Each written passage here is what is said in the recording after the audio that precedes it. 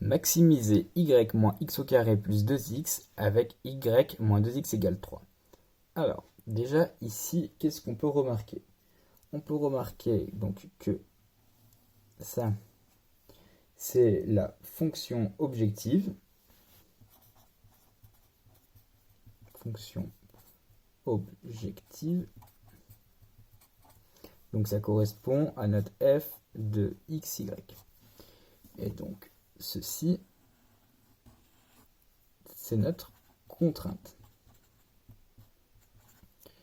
Donc on va chercher f, donc f de xy, avec notre contrainte. Donc on va l'appeler grand F. Ça n'a rien à voir avec les primitives, c'est juste ici une notation dans l'énoncé. Donc tout d'abord, y moins 2x est égal à 3. Qu'est-ce qu'on peut en déduire? On peut ici en déduire que y est égal à 2x plus 3. On fait passer le moins 2x de l'autre côté de l'équation. Donc notre grand F, on va du coup prendre notre fonction objectif et on va remplacer plutôt notre y par le 2x plus 3 qu'on a trouvé ici.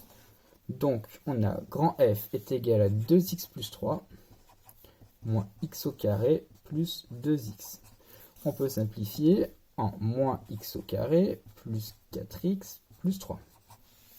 Donc une équation de la forme ax au carré plus bx plus c, ce sont l'équation d'une parabole. On va ici chercher à savoir si cette parabole est tournée vers le haut ou vers le bas. Pour cela, on étudie le signe de A. Donc le signe de A, c'est le signe devant le x au carré, ici moins 1. Moins 1 est négatif, donc il s'agira d'une parabole tournée vers le haut, comme ceci.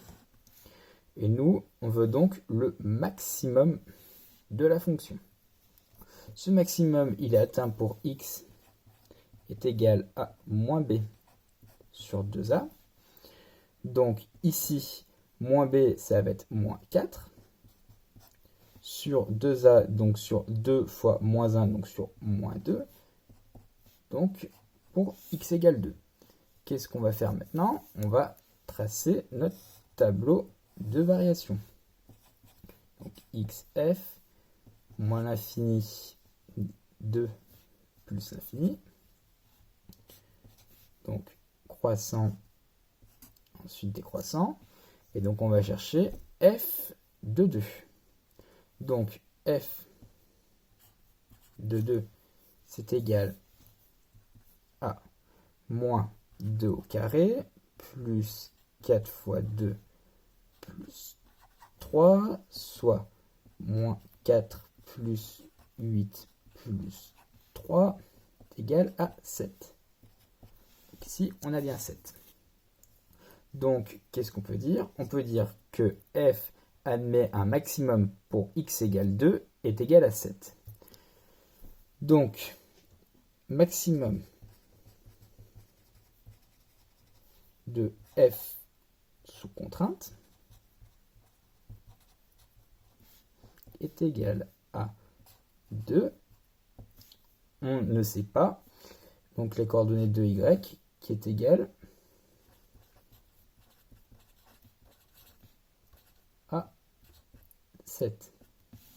Donc comment on va déterminer les coordonnées de y? Et bien on a tout simplement notre contrainte ici qui nous dit que y est égal à 2x plus 3. Donc ici, notre y, ici qu'on cherche, il est égal à 2 fois 7, 2 fois 2, pardon, plus 3. Puisque x, on prend bien le 2 ici. Donc, ça nous donne 4 plus 3, qui est égal à 7. Donc ici, on a bien 7. Nous avons donc trouvé le maximum de notre fonction à deux variables.